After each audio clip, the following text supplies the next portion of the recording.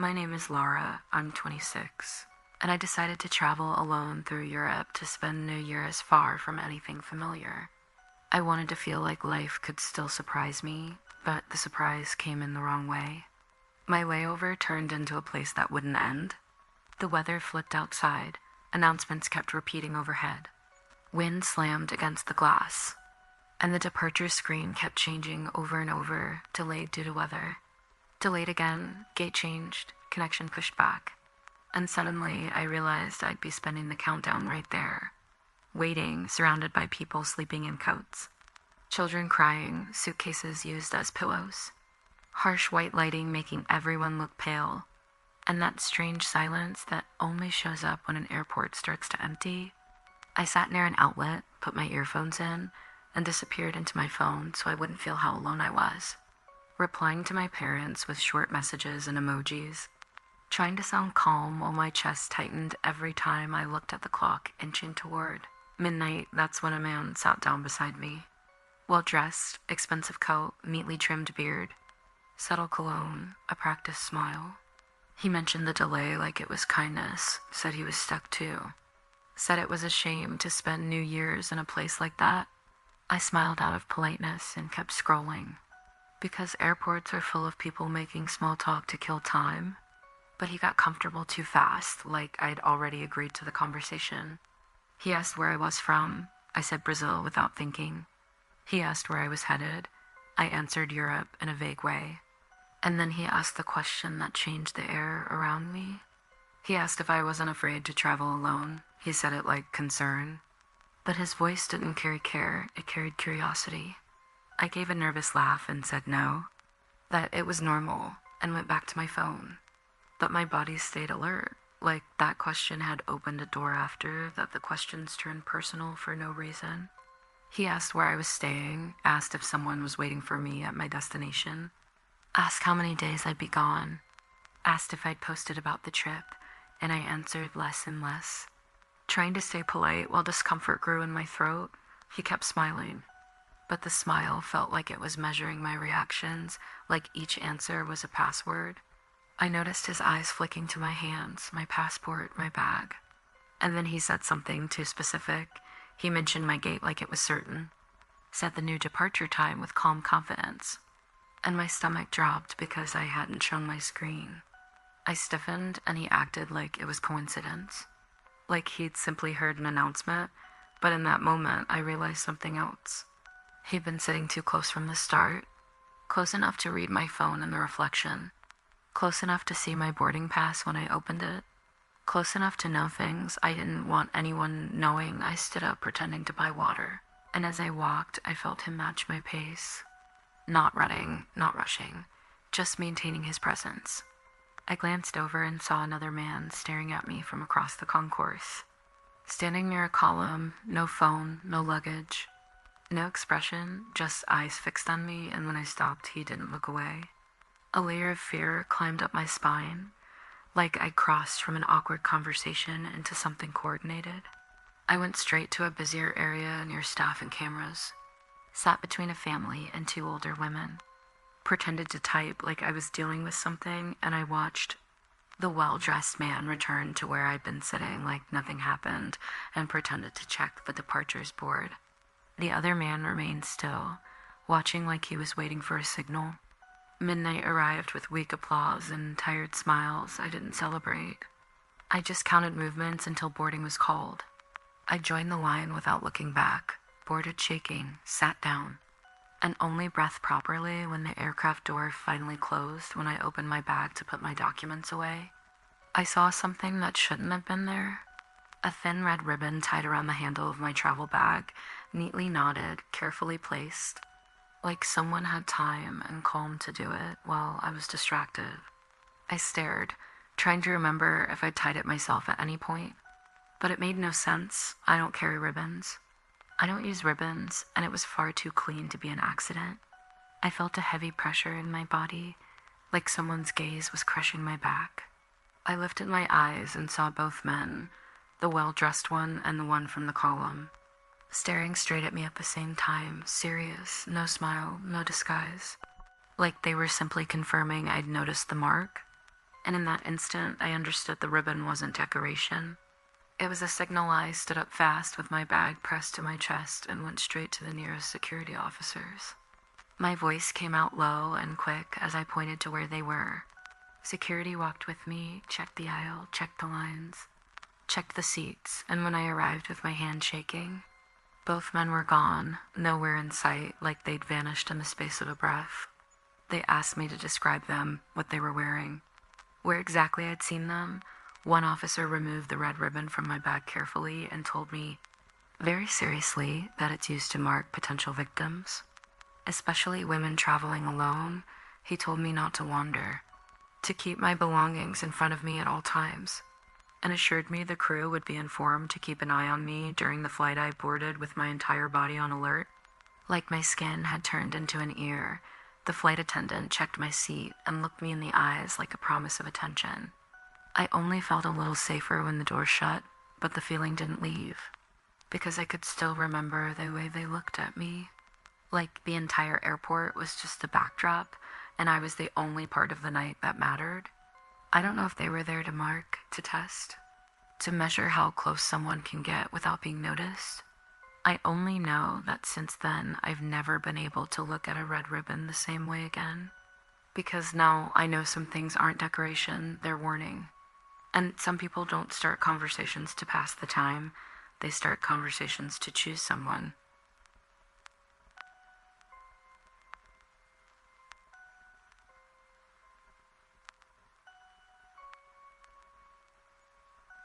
I decided to spend New Year's far away from everyone because I couldn't stand the feeling of being surrounded and still completely hollow. The breakup was fresh, the kind of fresh that stains the air in your room, clings to pillows, and makes silence sound personal. I didn't want a party. I didn't want hugs. I didn't want people telling me it would get better. I wanted a place where nobody knew me and where the year could turn without an audience. So I rented a cabin in the mountains, isolated, swallowed by tall trees and endless white. I drove for hours while the radio turned to static and the snow started falling harder. And with every mile, I felt myself fading from the world. But when I parked, still gripping the steering wheel, I saw something that made my stomach drop, fresh marks in the snow, long heavy footprints leading straight toward the cabin, and a small detail that bothered me even more than the prints. A twig staked near the porch with a red ribbon tied to it, moving slowly in the wind like it was there to prove I wasn't the first one to arrive that night inside. The cabin looked almost too normal, like someone had cleaned it for me. I lit the fireplace and the flames jumped up fast, crackling loud, and in that exact moment I heard a dragging sound on the porch. Slow, deliberate, like a wet soul scraping wood. I froze, pressed my hand to the window, and felt the cold bite through my skin. I looked out and saw nothing but the storm swallowing everything. Yet the red ribbon felt closer somehow, like it had shifted when I blinked. I locked the door, checked the windows, tried to shake it off, but the blizzard tightened early. The wind hit the walls like it wanted in. The lights flickered, the generator coughed, and the clock crept toward midnight like it was doing it on purpose. I sat by the fire trying to force my body to relax. And then the front door took 3 knocks, short, firm, identical, not wind. Not a branch, someone knocking to be noticed. And the first face my mind grabbed was his. My ex, because that would be simple, human, explainable. And still my skin didn't believe it for a second. I turned off the lights and let the fireplace be the only glow. The room became a dim red aquarium. I moved to the window and saw the silhouette of a man standing in the snow. Too close, watching through the glass with no hurry. Like he knew I'd look. He was tall, broad in the shoulders, his head tilted slightly. The quiet posture of someone studying something trapped. I wanted it to be my ex. I wanted a reason, but the way that figure moved was wrong. Too slow, too silent, like it didn't breathe, like it didn't feel the cold. Then the shape slipped out of view and I heard steps circling the cabin. Back window, then the side, then the porch again. Like he was testing weak points and the blizzard helped. Muffling everything, hiding everything, I grabbed the kitchen knife and backed into the hallway. And the stained mirror returned my reflection in broken pieces. Except there was something else there too. Darkness clinging behind me, tall, still, like the cabin had grown a second body. And when the floor creaked in the living room, it wasn't the sound of old wood settling. It was weight, presence, someone deciding to step fully inside. I didn't wait for anything else to happen.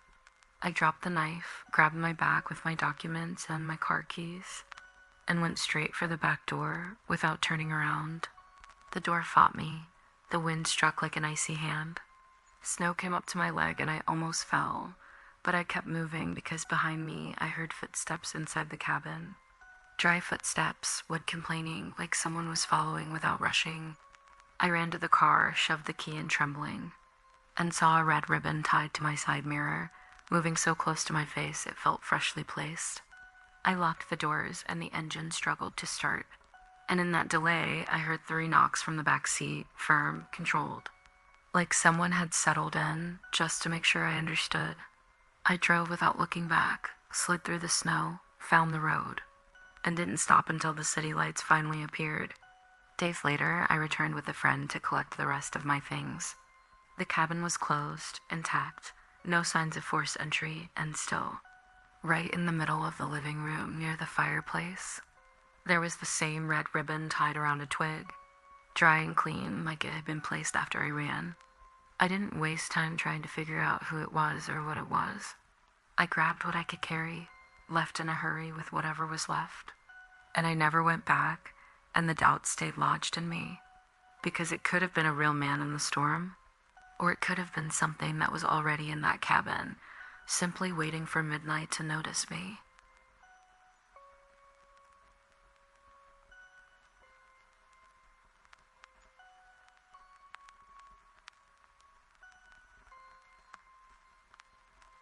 I only took that road on New Year's Eve because I got held up at work. Held up in the cruelest way, the kind that turns minutes into guilt. I left the office after dark while the whole city was already in celebration mode, messages popping up asking where I was, and me replying that I was on my way, that I'd make it, that I wouldn't miss it tonight of all nights. I wanted to see my parents. I wanted to arrive before the countdown. I wanted to hear their voices and pretend for a few hours that the world was still safe, so I drove like I was racing the clock. A small bag on the passenger seat, a crushed gift on my lap, the GPS pushing me onto a shortcut through a secondary highway, and I accepted without thinking because all I could see was time. Snow started as dust, then thickened fast. And when the dashboard clock hit 11:41, the radio turned to static and a voice slipped through for half a second. Too faint to understand, like someone breathing too close to the microphone. I shut it off instantly, swallowed the fear, pressed the gas. And then my tires found ice and the world let go. The car spun slowly, helplessly, until it slammed into the shoulder with a hard thud that stole the air from my lungs. The crash didn't hit hard enough to kill me, only hard enough to trap me. The front end sank into a drift. The engine stayed on and whined like it was in pain. And when I tried to reverse the wheels, only screamed and dug deeper. My phone had no signal, not even a single bar. And the cold began sliding in through the doors like invisible water. I stepped out to look around, and the wind cut my face like needles. The road behind me was empty. The road ahead was empty. And the snow made everything feel far away. Like the world had backed off, then I saw them, footprints, fresh, coming from the tree line toward the asphalt. Long straight steps, like whoever made them wasn't wandering. They were walking directly to me. I stared until my eyes burned, and the prints stopped right at the edge of the shoulder, as if the person had arrived and decided to wait just out of sight. I rushed back inside, locked everything, and tried to convince myself it was another driver. Someone on foot looking for help, someone normal.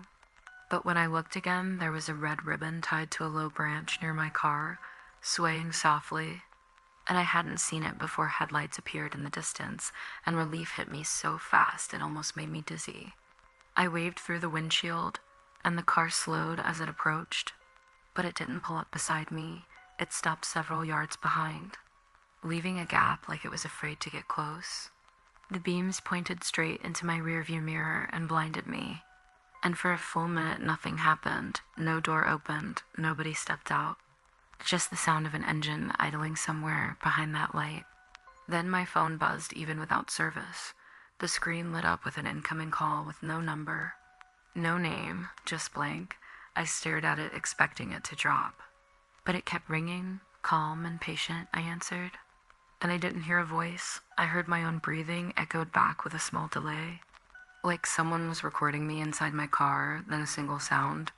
3 soft taps on the window right next to my ear. Not on the phone, on the glass, and my entire body locked up. I didn't move. I didn't look, I only listened, and the tapping traveled. From the side window to the back window, then to the roof, slow and methodical. Like fingers counting the time until the year turned. The headlights behind me stayed steady, holding me inside that brightness. And then the car behind me turned its lights off instantly. Like someone closed their eyes, the road became a black pit. And all that remained was wind and my heartbeat. I slammed the horn and nothing happened. I hit it again and still nothing. And then the radio turned on by itself, filling the car with harsh static. And beneath the static was breathing, only breathing. Like someone had their mouth right against the speaker. My hands shook so violently I could barely hold my phone. And the dashboard clock looked like it was running. 11:58, then 11:59. Like time was trying to catch something. And in the mirror, I saw a shape near the trees, tall, male, perfectly still. Watching like it was waiting for the right moment. I didn't wait for midnight. I grabbed my bag with my documents and keys, forced the door against the snow and climbed out. Snow poured in like smoke, and the wind shoved me. I ran toward the other side of the road where the ground looked flatter. I didn't even know what I was doing. I only knew I couldn't stay inside that car for one more second. Behind me, the radio cut out suddenly, like it had been ripped away, and the silence was worse. Because in that silence, I heard footsteps following. Not my boots crushing snow, but muted, controlled steps. Like someone was stepping exactly where I stepped to erase their own trail. I reached the shoulder again and searched for the headlights. But there was no car, no tire marks, no engine sound. Only untouched snow where something had been seconds earlier. I stumbled back to my car, slammed the door, locked it, and the clock rolled to 12 o'clock, the exact second the lock clicked. And in that instant, 3 knocks came from inside the trunk, slow and heavy, like someone in there had waited for the year to turn just to let me know they were with me. The morning, a snowplow found me curled up in the seat. My hands almost numb. The driver said he'd been clearing that highway all night and hadn't seen any other car. No headlights, no tracks except mine. I didn't argue. I didn't explain the blank call or the breathing on the radio. Because when my car got towed and I saw the back, there was a red ribbon tied carefully to the trunk handle. Bright against the white, dry and clean like the storm never touched it. I tore it off and threw it into the ditch without thinking. I reached my parents' place in the morning with New Year's already gone. And weeks later, when I opened my bag to organize my documents, I found the same red ribbon folded inside next to my keys, tucked away like someone put it there as a reminder. And I never found out if someone truly stopped on that road and chose not to be seen, or if there was never any human there at all. Only something that waited for the year to turn to make sure I would never forget it.